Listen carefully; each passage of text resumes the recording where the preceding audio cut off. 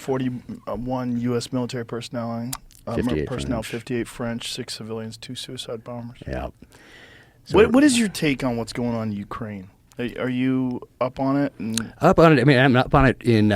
Because I know you're writing. I'm writing about it. I wrote about it in the second novel in True Believer, and I got that from someone who's also been on this podcast. Peter Zehan wrote a book back in 2014, and so I used that. I read that on my flight to Mozambique, where I was doing research for the second novel, even though I didn't have a deal for the first novel yet. I hadn't even turned that in, but I always knew I was going to write two, because John Grisham, he wrote his first book, A Time to Kill, and couldn't give that book away, and then he writes The Firm, and that one takes off. Tom Cruise is in the movie, then they republish A Time to Kill, and Matthew McConaughey stars in that one, and we've had a John Grisham novel every year. So I thought back to that and thought, I'll at least write two, and if both of them don't take off, then I'll maybe reevaluate my choices.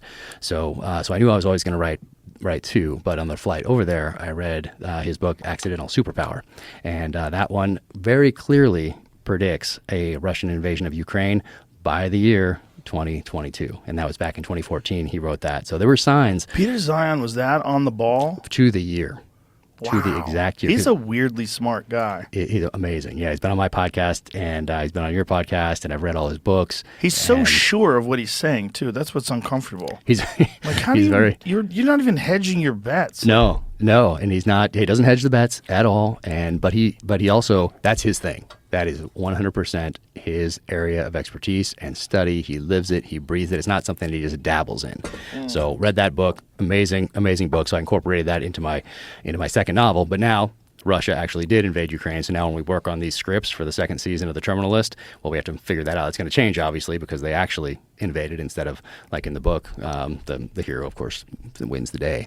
But when he talks about that and talks about population decline, very steep population decline in Russia, and gives the reasons behind it, and talks about the ethnic Russian population in Ukraine being the largest outside of Russia, and then he looked at how long you can field an army before you can't field that army anymore, and 2022 was that year.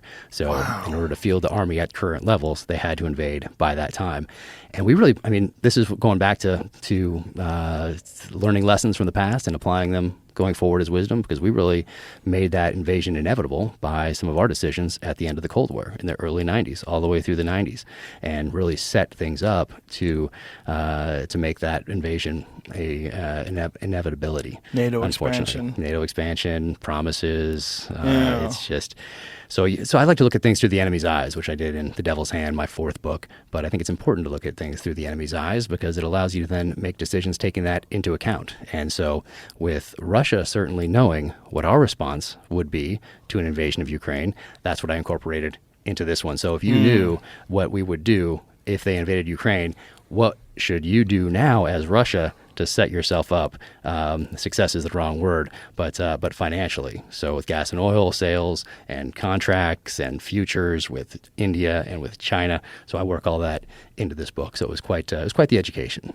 What did you think about the blowing up of the pipeline? Oh my goodness! There's the Seymour Hersh that has a few articles out there on Substack. Yeah, amazing. People should read those before they just retweet something.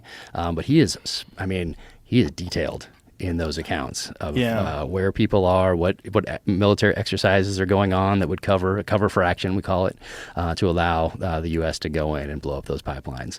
So